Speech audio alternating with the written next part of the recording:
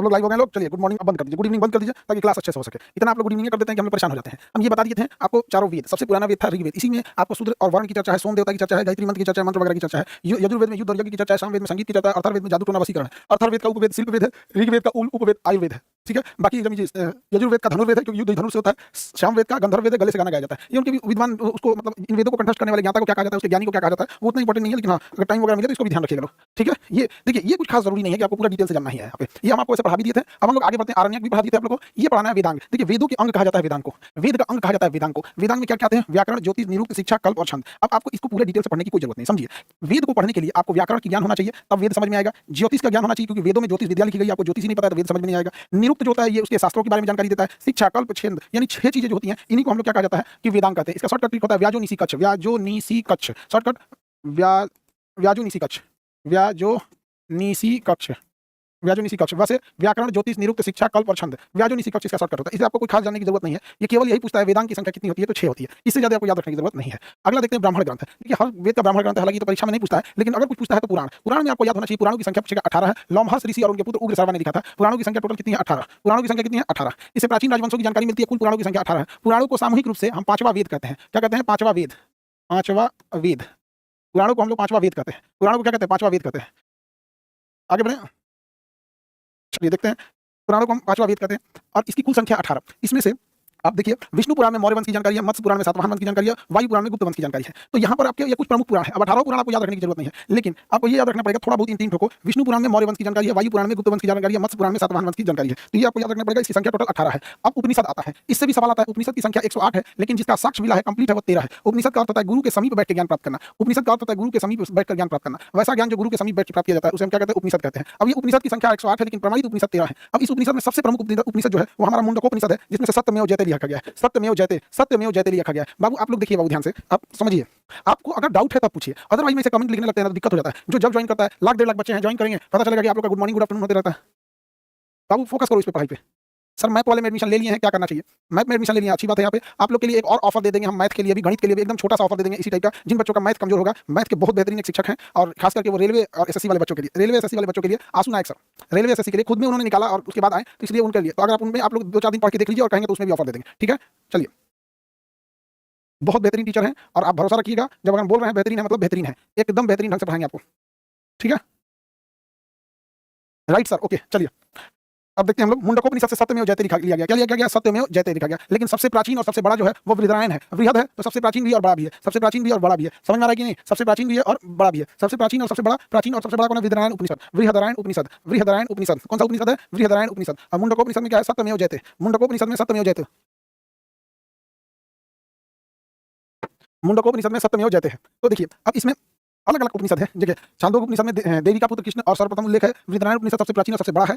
कठोपनिषद में यम और नचिकेता की कहानी है। जालोपनिषद में 4 आश्रम की चर्चा है, जैसे हम लोग देखते हैं वृहद सन्यासी जीवन हो गया, गृहस्थ जीवन हो गया, वानप्रस्थ हो गया, ब्रह्मचर्य हो गया, ये सब में। लेकिन इन सब में सबसे जरूरी याद रखिएगा मुंडकोपनिषद। हम लोग सत्यमेव जयते, सत्य की हमेशा जीत होती है, सत्यमेव जयते। यजुर्वेद की प्रमुख उपनिषद कठोपनिषद है, मैत्रायणी, और ये उतना जरूरी नहीं है आपको याद रखना, मेन आपको यही याद रखना है, मुंडकोपनिषद। क्या याद रखना है, मुंडकोपनिषद। अब महाकाव्य, यहाँ से तो सवाल पक्का आएगा भैया, महाकाव्य में, महाकाव्य किसे कहेंगे, महाकाव्य बहुत बड़ी संरचना को महाकाव्य कहते हैं, जिसमें एक कई समय का इतिहास दर्ज हो। 2 महाकाव्य है आपको, महाभारत और रामायण, महाभारत और रामायण। ठीक है, फिर बाबू आप लोग कमेंट करने लगे पीडीएफ हिंदी में ही रहेगा बाबू, हाँ इंग्लिश में नहीं हो पाएगा, पीडीएफ हिंदी में ही रहेगा।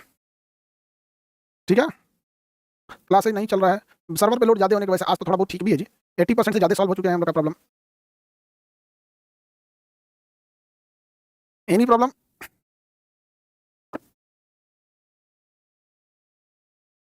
अरे बाबू परेशान कर दिया तुम लोग, इतना कमेंट मत किया करो। कोई डाउट है तो पूछो। महाकाव्य की संख्या 2 है, एक है रामायण और एक है महाभारत। रामायण और महाभारत, रामायण की रचना वाल्मीकि जी ने किया था, महर्षि वाल्मीकि जी ने। प्रारंभ में इसमें 12,000 श्लोक थे, वर्तमान में इसमें 24,000 श्लोक हैं, और इसके लेसन को हम कांड कहते हैं। इसमें टोटल कितने कांड है, 7 कांड है, जिसका आप सबसे प्रमुख कांड सुनते होंगे सुंदरकांड। आपने सबसे प्रमुख कांड सुनेंगे तो सुंदरकांड सुनेंगे, सुंदरकांड सबसे प्रमुख कांड अगर कोई है तो है सुंदरकांड। चलिए फटाफट बताएंगे। रामायण की रचयिता कौन है, वाल्मीकि जी। वहीं अगर महाभारत देखेंगे तो महाभारत की रचयिता वेद व्यास है। अब बच्चों को कंफ्यूजन होता है कि उनको वेद व्यास भी नाम याद रहता है, वाल्मीकि भी याद रहता है, बट उसको कंफ्यूजन हो जाता है बच्चा को कि कौन क्या लिखा है। तो इसको याद रखने का तरीका देखिए, ये है वृत्त। जैसे ये पृथ्वी है, पृथ्वी का सबसे बड़ा हिस्सा क्या हो सकता है, व्यास हो सकती है। सबसे बड़ी रेखा क्या हो सकती है, व्यास। किसी भी गोले में सबसे बड़ी रेखा क्या खींच सकते हैं, व्यास खींच सकते हैं। तो याद रखने का तरीका समझिए कि पृथ्वी पर सबसे बड़ा रेखा व्यास, और पृथ्वी पर सबसे बड़ा युद्ध महाभारत। पृथ्वी पर सबसे बड़ा युद्ध महाभारत, पृथ्वी पर युद्ध में सबसे बड़ा महाभारत और रेखा में सबसे बड़ा व्यास। तो महाभारत की रचना वेद व्यास, महाभारत की रचना वेद व्यास, महाभारत की रचना वेद व्यास, महाभारत की रचना वेद व्यास। किसी को कोई दिक्कत नहीं होगा। महाभारत की रचना वेद व्यास, किसी को कोई दिक्कत नहीं। तो चलिए, याद रखने का तरीका काफी सिंपल है। महाभारत की संरचना किसने किया था? वेद व्यास ने किया। महाभारत की रचना वेद व्यास ने किया। आगे बढ़ जाएं। रामायण की रचना वाल्मीकि जी ने किया। अब ध्यान से समझना, महाभारत में प्रारंभ में 8800 श्लोक थे। उस समय महाभारत का नाम जय संहिता था। वर्तमान में 1 लाख श्लोक हैं और हम लोग इसे 1 लाख श्लोक वाला महाभारत अभी पढ़ते हैं। ये क्वेश्चन कई बार पूछा है, महाभारत का प्राचीन नाम क्या था? जय संहिता। महाभारत का प्राचीन नाम क्या था? जय संहिता। 8800 श्लोक थे। कितने श्लोक थे? 8800 श्लोक थे महाभारत में टोटल। जय संहिता में 8800 श्लोक थे। ये दोनों महाकाव्य होते हैं। और ये रहा दर्शन। ये दर्शन से तो यूपीएससी में भी क्वेश्चन पूछा था। महाकाव्य से क्वेश्चन अब आप लोगों से नहीं छूटेगा। एक समराइज हम कर देते हैं, सुनिएगा ध्यान से। महाकाव्य बहुत बड़ी संरचना होती है। रामायण एक महाकाव्य जिसकी रचना वाल्मीकि जी ने किया था। रामायण में प्रारंभ में 12000 श्लोक थे, अभी वर्तमान में 24000 श्लोक है। महाकाव्य उससे भी बड़ा काव्य, महाकाव्य जो होता है ये महाभारत में 8800 श्लोक प्रारंभ में थे। प्रारंभ में महाभारत में 8800 श्लोक थे। 8800 श्लोक जो थे इन्हें हम जय संहिता कहते थे। महाभारत में लेसन को पर्व कहते हैं, 18 पर्व है, जबकि रामायण में लेसन को हम कांड कहते हैं। रामायण में कुल 7 कांड है। अब हम देखते हैं ये दर्शन। ये दर्शन आपको याद रहना चाहिए। एक्चुअल में ध्यान से देखो बाबू, इसमें क्या करेगा ना, 1-2 क्वेश्चन उठा लेगा, यहाँ से ले लेगा, किसको ले लेगा, किसको ले लेगा, इसको ले लेगा, और इसको ना रीअरेंज कर देगा और कहेगा सुमेलित कीजिए किसने कौन सा सिद्धांत यानी दर्शन दिया था। दर्शन फिलॉसफी का मतलब हो जाता है एक तरह का सिद्धांत कि कौन सा सिद्धांत है। समझ में नहीं आ गया? कौन सा सिद्धांत है? किसी को दिक्कत?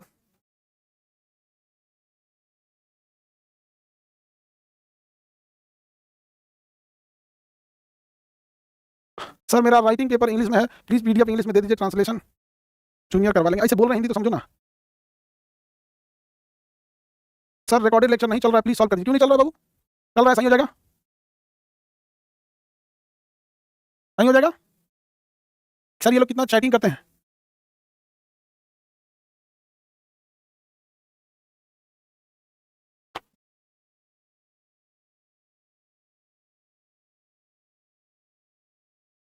चलिए देखिए, अब यहाँ पूछता है सांख्य दर्शन। सांख्य दर्शन को कपिल जी ने लिखा था। सांख्य दर्शन कपिल, न्याय दर्शन गौतम। सांख्य दर्शन कपिल, न्याय दर्शन गौतम। सांख्य दर्शन कपिल, न्याय दर्शन गौतम। योग दर्शन पतंजलि, योग दर्शन पतंजलि, योग दर्शन पतंजलि। न्याय दर्शन गौतम, न्याय दर्शन गौतम। सांख्य दर्शन कपिल मुनि ने, न्याय दर्शन गौतम, योग दर्शन पतंजलि। वैशेषिक कनाड ने दिया था। वैशेषिक दर्शन कनाड। उत्तर मीमांसा वादरायण, पूर्व मीमांसा जैमिनी। उत्तर मीमांसा वादरायण, पूर्व मीमांसा जैमिनी। पूर्व मीमांसा जैमिनी। इसी को क्या करता है? घुमा फिरा देता है। इसमें से 4 ठो लेके 4 ठो का ऑप्शन बना देगा। इन 4 ठो को देखिए, फटाफट याद कीजिए। हम आपको आधा मिनट 1 मिनट का टाइम देते हैं। देखिए ध्यान से।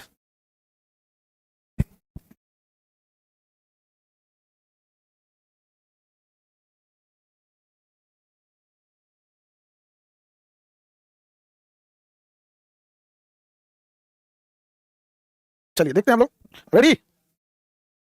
दर्शन का मतलब है सिद्धांत या फिलोसफी।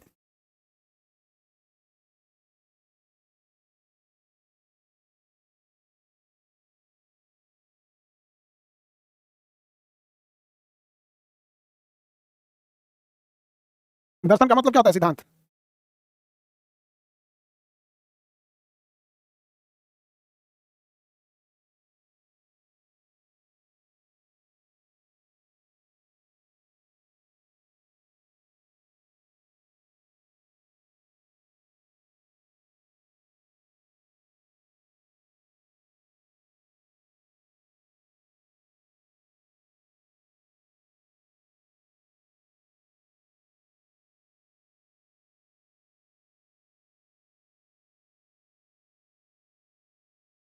याद हो गया सर, वेरी गुड। मिटा के अब हम पूछेंगे।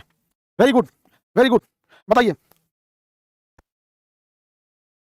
उत्तर मीमांसा किसने लिखा? फटाफट बताएंगे। उत्तर मीमांसा किसने लिखा? चलिए वेरी गुड। उत्तर मीमांसा वादरायण ने लिखा। पूर्व मीमांसा किसने लिखा? पूर्व मीमांसा किसने लिखा? पूर्व मीमांसा किसने लिखा? Very good, Jaimini. योग दर्शन, योग दर्शन सब बता देगा पतंजलि, क्योंकि बाबा रामदेव ने पतंजलि को बड़ी फेमस कर दिया। योग दर्शन पतंजलि, योग दर्शन वैशेषिक। वैशेषिक दर्शन, वैशेषिक दर्शन, वैशेषिक दर्शन कनाड ने दिया था। वेरी गुड, कनाड ने दिया था। वेरी गुड, कनाड ने दिया था। वैशेषिक दर्शन कनाड ने दिया। चलिए अगला देखते हैं हम लोग। अगला दर्शन कौन सा देखते हैं हम लोग? वैशेषिक दर्शन कनाड ने। न्याय दर्शन, न्याय दर्शन, न्याय दर्शन दिया गौतम ने। न्याय दर्शन गौतम ने। सांख्य दर्शन, सांख्य दर्शन मत भूलिएगा, महात्मा बुद्ध की सबसे प्रमुख किताब यही थी, सांख्य दर्शन। महात्मा बुद्ध सबसे ज्यादा सांख्य दर्शन पढ़े थे। महात्मा बुद्ध सांख्य दर्शन को ही सबसे ज्यादा पढ़े थे। Very good. अब बस ऐसे आंसर देके चुप हो जाना है। ऐसे ही आंसर दीजिए, तब तक के चुप हो जाना है। वैशेषिक दर्शन, वैशेषिक दर्शन को किसने लिखा था? वैशेषिक दर्शन को लिखने वाले थे कनाड। उत्तर मीमांसा वादरायण, पूर्व मीमांसा जैमिनी लिखे थे। न्याय दर्शन गौतम लिखे थे। योग दर्शन पतंजलि ने लिखा था। और न्याय दर्शन गौतम और सांख्य दर्शन कपिल ने लिखा था। ये षष्ठ दर्शन होते हैं। कई बार एग्जाम में ऐसे आता है इनमें से कौन सा षष्ठ दर्शन नहीं है। तो आपको पास पूरे 6 दर्शन आपको पढ़ा दिए, ये आपको कंप्लीट होना चाहिए। ये जब आपके पास कंप्लीट हो जाएगा तो समझिएगा कि कोई दिक्कत नहीं है। ये कई बार पूछा हुआ है, 2016 और इधर 21 दोनों बार यूपीएससी में क्वेश्चन पूछा था। इन दर्शन, इन किताबों में बहुत सारी डिटेल जानकारियां हैं जो आज के टाइम पे भी रिलेवेंट है। महात्मा बुद्ध के लिए अगर पूछेगा कि सबसे ज्यादा कौन सा दर्शन था, तो सांख्य दर्शन थे। अब हम लोग आगे बढ़ते हैं बाबू। ऋग वैदिक काल में राजनीतिक व्यवस्था। अब हम लोग वैदिक काल के बारे में थोड़ा सा आगे समझते हैं। इस समय तो वेदों वगैरह की रचना की गई थी और इसकी राजनीतिक व्यवस्था को समझते हैं, धार्मिक जीवन को समझते हैं, देवताओं के बारे में समझते हैं, समाज के बारे में समझते हैं। धार्मिक स्थिति क्या थी, ये सारी स्थिति क्या थी, उत्तर वैदिक काल कैसा था, उत्तर वैदिक की महत्वपूर्ण घटनाएं क्या थी, और उत्तर वैदिक और सिंधु सभ्यता में क्या अंतर था, इसको हम लोग समझेंगे। फिर जैन धर्म और बौद्ध धर्म के बारे में चलेंगे। तो रेडी आप लोग? तो हम लोग देखते हैं ऋग वैदिक काल की राजनीतिक व्यवस्था। ऋग वैदिक काल की हम बात कर रहे हैं 1500 से लेकर 600 ईसा पूर्व तक वैदिक काल था। शुरुआत के 5 साल को ऋग वैदिक काल, बाद के 5 साल को उत्तर वैदिक काल कहते हैं। इस समय प्रशासन कैसा होता था, कबीला होता था, ग्रुप में रहते थे, सबसे बड़ा पद क्या होता था, राजा होता था। और ताज्जुब की बात है कि जनता राजा को क्या करती थी, चुनती थी। राजा किसी भी निर्णय को लेने से पहले विभिन्न समितियों में बैठ के उसका विचार करता था। राजा डायरेक्ट निर्णय नहीं लेता था। सभा क्या था, निम्न मतलब सामान्य लोगों का संगठन था। समिति उच्च वर्ग के लोगों का था। विदत था, ये सबसे महत्वपूर्ण समिति था, इसमें सारे लोग मिले हुए थे। तो सभा, समिति, विदत, ये हो गया आपका 3 चीजें। तो कहेगा वैदिक काल के 3 सभाएं क्या थी, सभा, समिति, विदत। सभा, समिति, विदत, इसी में बैठ के कोई भी डिसीजन को लिए जाते थे। सभा, समिति और विदत में लिए जाते थे सभी डिसीजन। सभा, विदत, दोनों महिला वगैरह भी भाग लेती थी। तीनों का याद रखना है आपको। यज्ञ कौन कौन सा होता था तो समझिएगा, अश्वमेध यज्ञ, राजपेय यज्ञ और राजसूय यज्ञ। अब इसमें क्या होता था, वाजपेय यज्ञ, अश्वमेध यज्ञ। देखिए राजसूय यज्ञ में क्या होता था, जब राजा गद्दी पे बैठता था तो राजसूय यज्ञ कराता था। वाजपेय यज्ञ में रथ रेस कराता था। और अश्वमेध यज्ञ में दूसरे की जमीन पर घोड़ा छोड़ देता था कब्जा करने के लिए। तो दूसरे की जमीन कब्जा करना है तो घोड़ा छोड़ दिया जाता था, इसलिए अश्वमेध यज्ञ कहा। और रथ का रेस लगाया जाता था। वाजपेय यज्ञ शक्ति प्रदर्शन के लिए था। और राजसूय यज्ञ था जब आप देखेंगे राजा गद्दी पे बैठेगा तो एक यज्ञ होगा, बड़ा आयोजन होगा। जैसे मूवी देखेंगे भल्लाल देव जब गद्दी पे बैठता है, या बाहुबली, किस मूवी में नाम है, बाहुबली मूवी का नाम है। तो उसमें ये यज्ञ होते थे। 3 प्रकार के यज्ञ होते थे। सबसे छोटी इकाई गांव होता था जिसके प्रधान संभालता था, और सबसे बड़ी इकाई जन होता था जिसे राजन यानी राजा संभालता था। सभा, समिति, विदत 3 नाम का संगठन होता था। और अश्वमेध यज्ञ, वाजपेय यज्ञ, राजसूय यज्ञ, ये सब क्या होते थे, यज्ञ होते थे। धार्मिक स्थिति देखते थे। सबसे प्रमुख देवता क्या थे, इंद्र थे। इंद्र देवता को युद्ध का देवता या पुरंदर भी कहा जाता था। वर्षा भी इन्हीं के हाथ में होता था। सबसे प्रमुख देवता कौन थे, इंद्र। इनकी चर्चा कितनी बार है, 250 बार। उसके बाद चर्चा आती अग्नि की, जिनकी चर्चा कितनी बार है, 200 बार। तो बताइए इस समय के 2 प्रमुख देवताओं का नाम बताइए, इंद्र और अग्नि। इंद्र और अग्नि 250 बार चर्चा किसकी है, इंद्र की। इंद्र की चर्चा कितनी बार है, 250 बार। इंद्र की चर्चा कितनी बार है, 250 बार। इंद्र की चर्चा 250 बार।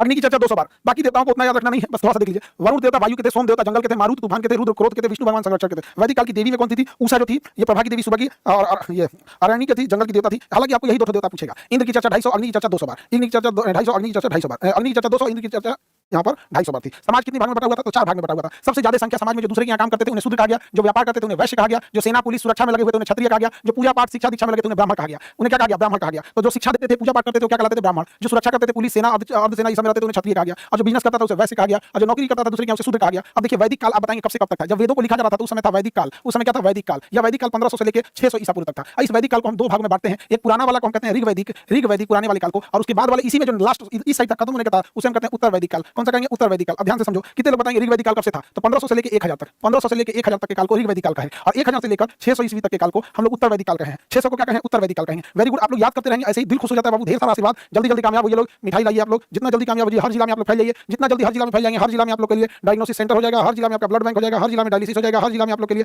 पैथोलॉजी का लैब लगा देंगे, अस्पताल लगा देंगे। आप लोग देखते रहिएगा देखभाल। हमको कोई जरूरत भी नहीं है देखभाल करने की, आप ही लोग को देखना है सब कुछ। अच्छे से मन लगा के पढ़ाई कीजिए। अब देखो एक बड़ा तुम्हें चौंकाने वाली चीजें देखने को मिलेगी। ऋग वैदिक काल में यानी वेदों की जब संरचना हुई थी शुरुआती काल में, जाति का जो निर्धारण होता था वो कर्म के आधार पर होता था। और वही जब समय आगे गया तो जाति का निर्धारण वंश के आधार पर होने लगा। वंश के आधार पर यानी ब्राह्मण का बेटा ब्राह्मण, क्षत्रिय का बेटा क्षत्रिय। जबकि पहले ऐसा नहीं होता था। यदि अगर हम ऋग वैदिक काल में रहते, तो हम आप लोगों को शिक्षा दे रहे हैं तो ब्राह्मण में चले जाते। ऋग वैदिक काल में अगर हम रहते तो हम आप लोगों को शिक्षा दे रहे हैं, हम ब्राह्मण में चले जाते। हम किसमें चले जाते, ब्राह्मण में। सोचिए हम ब्राह्मण हो जाते और हमारा सिलेक्शन फौज में नहीं हो पाया किसी कारणवश, मेडिकली अनफिट होने के कारण हाथ टेढ़ा था। इनकेस अगर सेना में हो जाता तो हम क्षत्रिय हो जाते। हम क्या हो जाते, क्षत्रिय हो जाते। हम क्या हो जाते, क्षत्रिय हो जाते। सोचिए तो पहले वाला व्यवस्था ठीक था, ऋग वैदिक या उत्तर वैदिक। अभी क्या है, अभी आपके पास ज्ञान नहीं भी है तो भी ब्राह्मण। ब्राह्मण का होता है ज्ञान। ब्राह्मण होना साधारण बात नहीं है, बड़ी जिम्मेदारी का चीज है ब्राह्मण को। उसे अपनी आचरण, नैतिकता, शिक्षा, इस सब को हमेशा उसकी परीक्षा होती रहती है। समाज उसे एक उम्मीद भरी नजरों से देख रहा होता है। आप में बहुत सारे बच्चे ब्राह्मण होंगे, बहुत सारे बच्चों के पिताजी पूजा पाठ कराते होंगे, तो ऐसे बहुत सारे बच्चे होंगे। अब ध्यान से समझिए, ऋग वैदिक काल और उत्तर वैदिक काल, ऋग वैदिक काल और उत्तर वैदिक काल। समझ में आ रहा है कि नहीं आ रहा?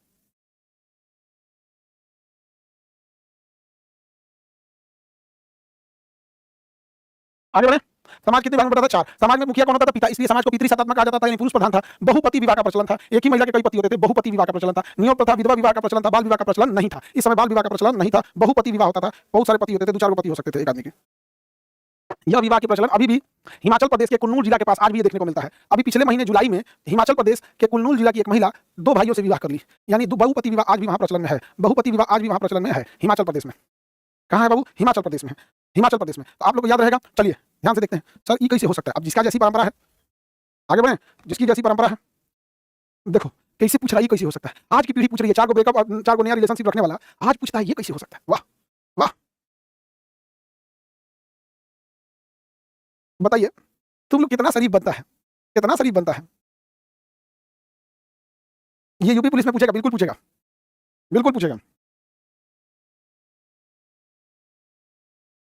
धार्मिक स्थिति देखिए, धार्मिक स्थिति, कृषि का ज्ञान के लिए पशुचारण होता था। युद्ध पर्याय गविष्टि, देखो ध्यान से क्या हो गया, कृषि का ज्ञान था, पशुपालन सबसे ज्यादा था। यदि गाय को चोरी कर लीजिएगा तो गाय के लिए युद्ध हो जाता था, जिसे गविष्टि कहा गया। सबसे प्रिय पशु क्या होता था, गाय, गाय को अधन्या कहा गया, गाय को अधन्या कहा गया। गाय अगर चोरी हो जाएंगे तो उसके लिए युद्ध की स्थिति आ जाएगी, जिसे हम गविष्टि कहते थे। सबसे महत्वपूर्ण तथा पवित्र नदी कौन होती थी, सरस्वती। अभी सरस्वती नदी भूमिगत होकर जमीन के अंदर सूख गई है, लेकिन अभी भी ये जमीन के अंदर जिंदा है। अमेजन नदी के 4 किलोमीटर नीचे जमीन के अंदर गहराई में एक नदी बहती है, नाम है उसका हमजा नदी, नाम है उसका हमजा नदी। उसी तरह सरस्वती नदी भी विलुप्त हो गई है, लेकिन अभी भी जमीन के नीचे जिंदा है। सिंधु नदी का उल्लेख सर्वाधिक बार, गंगा नदी का उल्लेख एक बार मिलता है, यमुना नदी का उल्लेख 3 बार मिलता है, लेकिन सबसे प्रमुख नदी कौन थी, सबसे प्रमुख नदी कौन थी, सरस्वती। सबसे प्रमुख नदी सरस्वती। सबसे प्रिय गाय, सबसे प्रिय पशु गाय। व्यापार का मुख्य उद्देश्य पशुपालन, उस समय पशुपालन था। उत्तर वैदिक काल देखते हैं, ये लास्ट का काल था, वैदिक काल समाप्त हो रहा था। वैदिक काल के लोग ग्रामीण थे और उसका काल समाप्त हो रहा था। उत्तर वैदिक काल में अलग अलग जानकारी मिलती है। उत्तर वैदिक काल की सबसे बड़ी विशेषता लोहे की खोज हो गई। उत्तर वैदिक काल की सबसे बड़ी विशेषता कि लोहे की खोज हो गई। उत्तर वैदिक काल की सबसे बड़ी विशेषता किस चीज की खोज हो गई बाबू, लोहे की खोज हो गई। और लोहा काफी फ्लेक्सिबल होता है, इससे हथियार बनाए जा सकते हैं, अश्वचालित घोड़े की नाल बनाई जा सकती है, पहिया बनाया जा सकता है। लोहा बड़ा मूवेबल होता है, तो लोहा से हम लोग इजीली किसी चीज को बना सकते हैं। तो देखिए ध्यान से, औद्योगिकरण की शुरुआत वैदिक काल में नहीं होगी, उत्तर वैदिक काल में हुई थी। ऋग वैदिक काल में ना होगी, उत्तर वैदिक काल में हुई थी, क्योंकि लोहा जो होता है यह बहुत जरूरी होता है मानव के लिए, लोहा। तो बताइए, लोहा की खोज वैदिक काल में हुई थी या वैदिक काल के पहले सिंधु सभ्यता में हुई थी?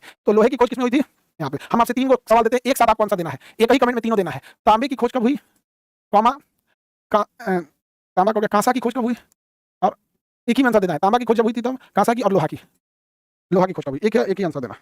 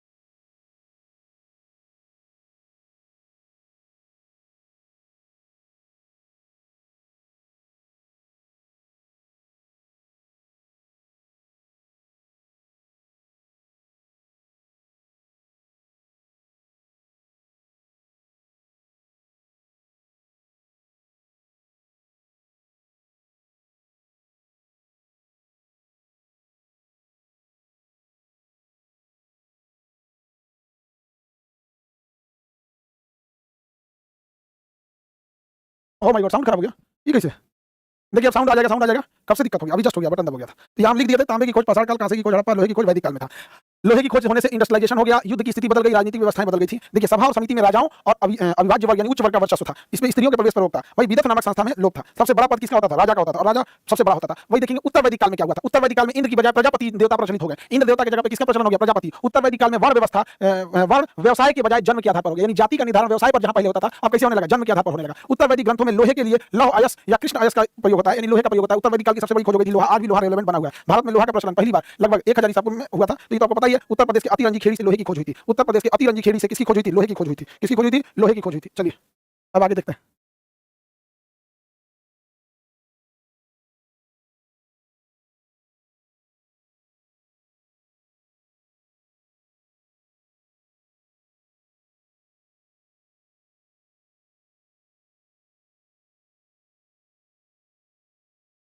देखते हैं सिंधु सभ्यता और वैदिक संस्कृति में क्या अंतर थी। देखिए पहले हम देखेंगे सिंधु सभ्यता के बारे में और उसके बाद देखेंगे वैदिक काल में। सिंधु सभ्यता के लोग नगरीय थे, शहर में रहते थे, और वैदिक काल के लोग गांव में रहते थे, देहाती थे। सिंधु सभ्यता में माता का ज्यादा वर्चस्व था, मातृसत्तात्मक था। वैदिक काल में पुरुष का ज्यादा वर्चस्व था, पितृसत्तात्मक था। इस समय सबसे प्रमुख पशु बैल था, इस समय सबसे प्रमुख पशु गाय थी। अगर हम सिंधु सभ्यता की बात करें तो यहाँ शहरों का नियोजन बहुत अच्छा था, और यहाँ बात करें तो यहाँ पर समाज का नियोजन बहुत अच्छा था। अलग अलग श्रेणियों में समाज बटा हुआ था। ये युद्ध से परिचित नहीं थे, जबकि ये गाय के लिए युद्ध कर देते थे, युद्ध से परिचित थे। कांसे की खोज हुई थी, इधर लोहे की खोज हुई थी। इस समय कृषि के साथ साथ व्यापार होता था, यहाँ कृषि के साथ साथ पशुपालन होता था। यहाँ शिव तथा मातृ देवी सबसे प्रमुख देवता थे, यहाँ इंद्र सबसे बड़े देवता थे। तो दोनों में अंतर समझ में आ गया कि नहीं आ गया, दोनों में अंतर समझ में आ गया कि नहीं आ गया, देखिए फटाफट दोनों में अंतर समझ में आ गया हो तो बोलिए।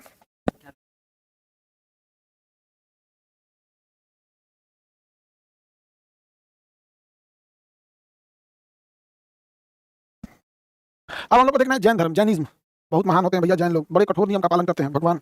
जैन लोग बड़े तपस्वी होते हैं, बड़े दानी होते हैं, बड़े अच्छे गुणों वाले होते हैं, किसी को तकलीफ नहीं पहुंचाते हैं। जैन लोगों से तो बड़ा मिले हुए हैं। जैन लोग जो होते हैं उनके उनका भोजन बड़ा होता है, सादा एकदम। सर मैथ में ऑफर दे दीजिएगा बिल्कुल, अगर आप लोग अच्छे से रिप्लाई करें, अगर अच्छे से जवाब देंगे मैथ में एकदम जबरदस्त, एकदम बेहतरीन टीचर आप लोग को पढ़ाएंगे, एकदम बेहतरीन। आंसू ना आए सर, कोई दिक्कत नहीं आएगा आप लोग को, एकदम उंगली पर अड़ जाइएगा, नोट्स की जरूरत नहीं पड़ेगी मैथ में।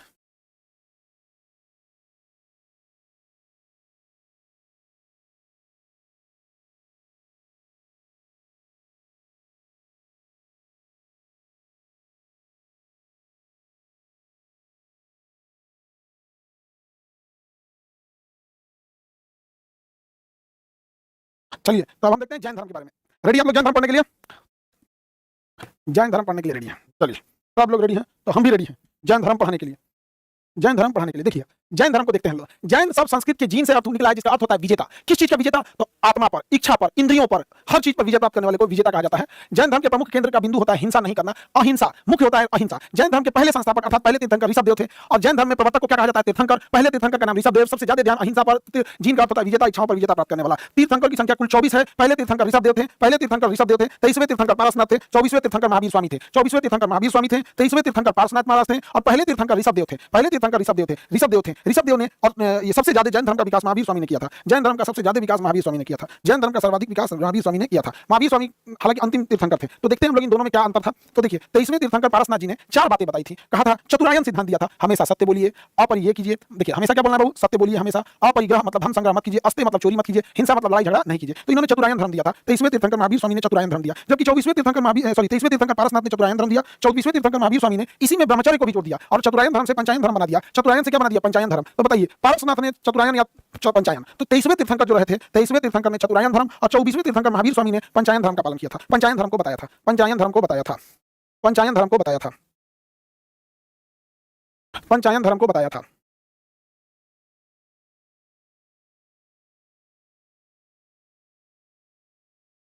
किसी को कोई दिक्कत? पंचायन धर्म को बताया था। ये दोनों में से क्वेश्चन पूछेगा, चतुरायन धर्म किसने दिया और पंचायन धर्म किसने दिया? चतुरायन धर्म किसने दिया और पंचायन धर्म किसने दिया पूछेगा। तो देखिए महावीर स्वामी कोई ज्यादा चर्चा मिलती है जैन धर्म में, ये अंतिम और 24वें तीर्थंकर थे। तो महावीर स्वामी के बारे में पढ़ते हैं। देखो बाबू, सिंधु सभ्यता, पाषाण काल, सिंधु सभ्यता और वैदिक काल, एक क्वेश्चन इन तीनों चैप्टर में से एक क्वेश्चन आएगा। अगर आप ये तीनों चैप्टर पढ़ें तो एक क्वेश्चन आपका पक्का है। जैन धर्म और बौद्ध धर्म पढ़िए तो भी आपका एक क्वेश्चन पक्का है। या तो जैन से सवाल आएगा तो बौद्ध धर्म से आएगा, या तो सिंधु सभ्यता से आएगा या तो वैदिक सभ्यता से आएगा, या तो जैन धर्म से आएगा तो बौद्ध धर्म से आएगा। एक एक चैप्टर डेली, एक एक नंबर डेली लेना है। एक दिन का क्लास नहीं है, एग्जाम का एक नंबर है। रेलवे में पूछे क्या बात करते बाबू, हम बढ़ा के पढ़ाते पढ़ाते।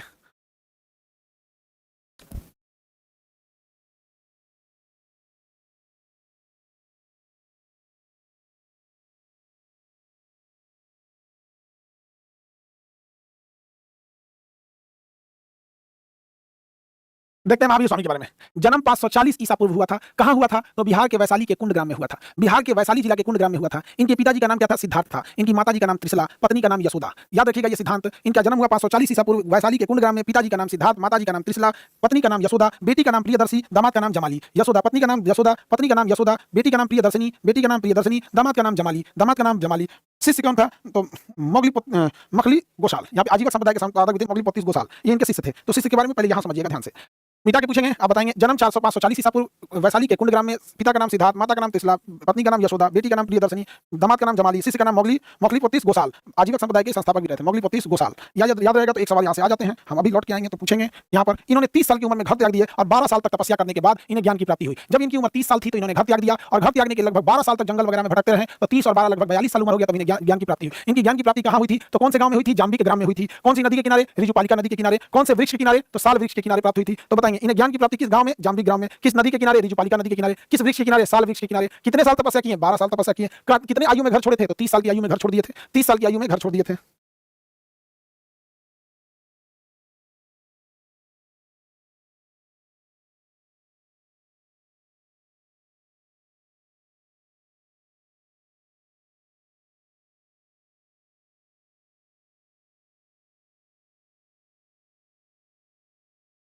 ज्ञान प्राप्ति याद रखिए, अभी पूछेंगे, आपको टाइम दिए हैं। पहला उपदेश दिया था राजगीर में, अंतिम उपदेश पावापुरी। पहला उपदेश राजगीर, अंतिम उपदेश पावापुरी। उपदेश की भाषा क्या थी? प्रकृति। उपदेश पहला राजगीर, अंतिम उपदेश पावापुरी। नदी ऋजुपालिका, गांव जाम्बी, वृक्ष साल वृक्ष, तपस्या 12 साल, उम्र 30 साल। याद रहेगा? उम्र 30 साल याद रहेगा ना? अब हम पूछें, एक बार क्विक रिवीजन आप लोगों को करा देते हैं, फिर आप लोगों से पूछेंगे। एक बार क्विक रिवीजन जरूरी है, क्विक रिवीजन जरूरी है। चलिए तो हम जरूरी है तो हम आपको बात कर देते हैं। ये तो था चतुरायन और पंचायन धर्म। चतुरायन धर्म किसने दिया था? तो 23वें तीर्थंकर पार्श्वनाथ जी ने चतुरायन धर्म दिया, ब्रह्मचारी उसी में जोड़ दिया तो वह धर्म पंचायन हो गया। 24वें तीर्थंकर महावीर स्वामी ने पंचायन धर्म को दे दिया था। चलिए क्वेश्चन बताएंगे आप लोग। देखिए महावीर स्वामी का जन्म कब हुआ? महावीर स्वामी का जन्म कब हुआ?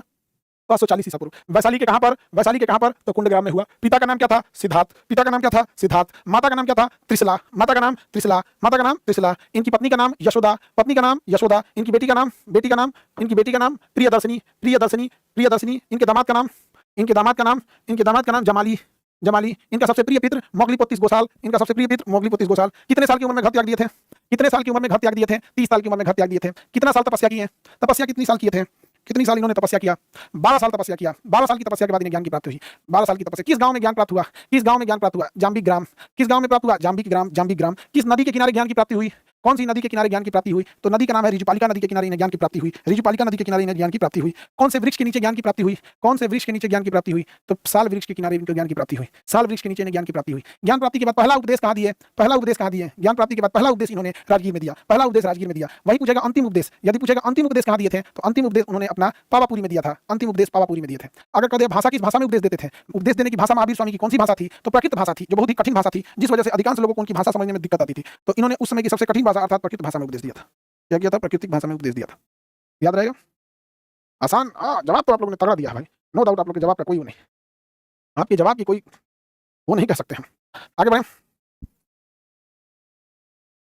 ये सवाल कईयों बार पूछा है बाबू। जैन धर्म में निर्वाण अर्थात ज्ञान की प्राप्ति को हम लोग कैवल या मोक्ष कहते हैं। कैवल या मोक्ष कहते हैं। ज्ञान प्राप्ति को कैवल या मोक्ष कहते हैं। महात्मा बुद्ध को पावापुरी में 72, महात्मा महावीर स्वामी को पावापुरी में 72 वर्ष की आयु में 668 ईसा पूर्व में इस दुनिया को छोड़कर चले गए। यानी उन्हें जो कैवल या मोक्ष की प्राप्ति हुई थी, कैवल या मोक्ष की प्राप्ति हुई थी। ज्ञान प्राप्ति के बाद उन्होंने पारसनाथ द्वारा प्रारंभ किए गए चतुरायन धर्म में ब्रह्मचर्य जोड़कर पंचायन धर्म में बदल दिया था। ये तो हम बताए थे। महावीर स्वामी ने अपना अंतिम समय कहाँ गुजारा था? तो अंतिम समय उन्होंने पावापुरी में गुजारा था। कितने वर्ष की आयु में? 72 वर्ष की आयु में। 468 ईसा पूर्व उनकी क्या हो गई? मृत्यु हो गई। बताइए ये चार धर्म, चतुरायन धर्म किसने दिया? चतुरायन धर्म दिया था 23वें तीर्थंकर पारसनाथ ने, जबकि ये पांचों इसमें ब्रह्मचर्य जोड़ के पंचायन धर्म बनाने वाले 24वें तीर्थंकर महावीर स्वामी थे। 24वें तीर्थंकर महावीर स्वामी थे। महावीर स्वामी थे। 24वें तीर्थंकर महावीर स्वामी थे।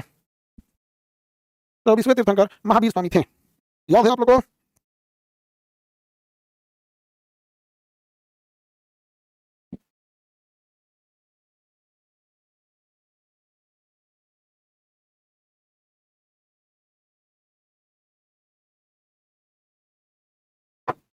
बहुत अच्छा याद हो गया आप लोग को।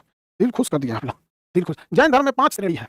वह जिसे मोक्ष की प्राप्ति हो, वह जो निर्वाण प्राप्ति के लिए अग्रसर हो, जैन भिक्षुकों का समूह। ये अलग अलग टाइप की श्रेणियां हैं यहाँ पर। जैन दर्शन। जैन दर्शन मतलब जैन सिद्धांत। जब दर्शन एक तरह का सिद्धांत, आपकी विचारधारा क्या है उसी को हम दर्शन कहते हैं। तो जैन धर्म के लोगों की विचारधारा, जैन धर्म के लोगों का आचरण, वो कहाँ कहाँ देखने को मिलेगा? त्रिरत्न। जैन धर्म के त्रिरत्न क्या थे? 3 प्रमुख सिद्धांत क्या थे? ज्ञान, सम्यक ज्ञान होना चाहिए। सम्यक ज्ञान, सम्यक विश्वास। आचरण, दर्शन मतलब विश्वास, असम्यक आचरण। सम्यक ज्ञान, सम्यक विश्वास, सम्यक आचरण। दर्शन की जगह कई बार विश्वास भी दिखाता है। सम्यक ज्ञान, सम्यक विश्वास, सम्यक आचरण होता है। जैन धर्म के लोग पुनर्जन्म और कर्मकांड में विश्वास नहीं रखते हैं। जैन धर्म और कर्मकांड, पुनर्जन्म और इसमें देखिए भाई, इसमें विश्वास करते हैं, लेकिन कारण बताते हैं कि यदि आपकी आत्मा चाहेगी तो दोबारा आपका पुनर्जन्म होगा। ये पुनर्जन्म को रोकना चाहते हैं। मोक्ष की बाधा क्या बताया था इन्होंने? आत्मा। यदि हम आत्मा को सताएंगे नहीं, आराम देंगे, तो दोबारा वो जन्म लेने का प्रयास करेगी। संसार की वास्तविकता को स्वीकारा था, ईश्वर को स्वीकारने से मना कर दिया था, युद्ध और कृषि दोनों पर वर्जित किया था, क्योंकि युद्ध में जनहानि होती है और कृषि में बहुत सारे कीड़े मकोड़े भी मारे जाते हैं। तो ये जैन धर्म के त्रिरत्न। सम्यक ज्ञान, सम्यक विश्वास, सम्यक आचरण। सम्यक ज्ञान, सम्यक विश्वास, सम्यक आचरण। सम्यक ज्ञान, सम्यक विश्वास, सम्यक आचरण। क्या जैन धर्म ने ईश्वर को माना था? नहीं माना था। जैन धर्म ने ईश्वर को नहीं माना था। कर्मकांड, मूर्ति पूजा, सबको जैन धर्म ने नहीं माना था। जैन धर्म ने क्या पुनर्जन्म को माना था? माना था, लेकिन पुनर्जन्म के कारण बताया था आत्मा को। यदि आत्मा आराम खोजेगी तो दोबारा जन्म लेगी। इसलिए देखेंगे जैन भिक्षुक लोग जंगलों में रहते हैं,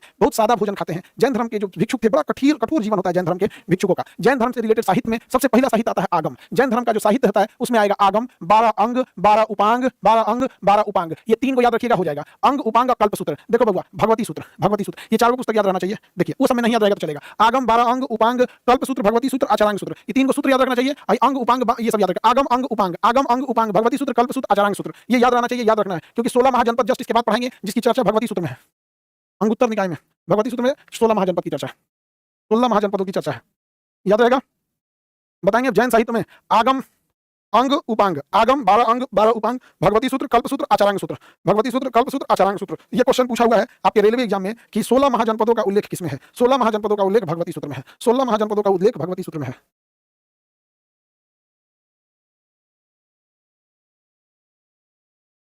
16 महाजनपदों का उल्लेख भगवती सूत्र में है। अंग, उपांग, ये समझ में आ गया।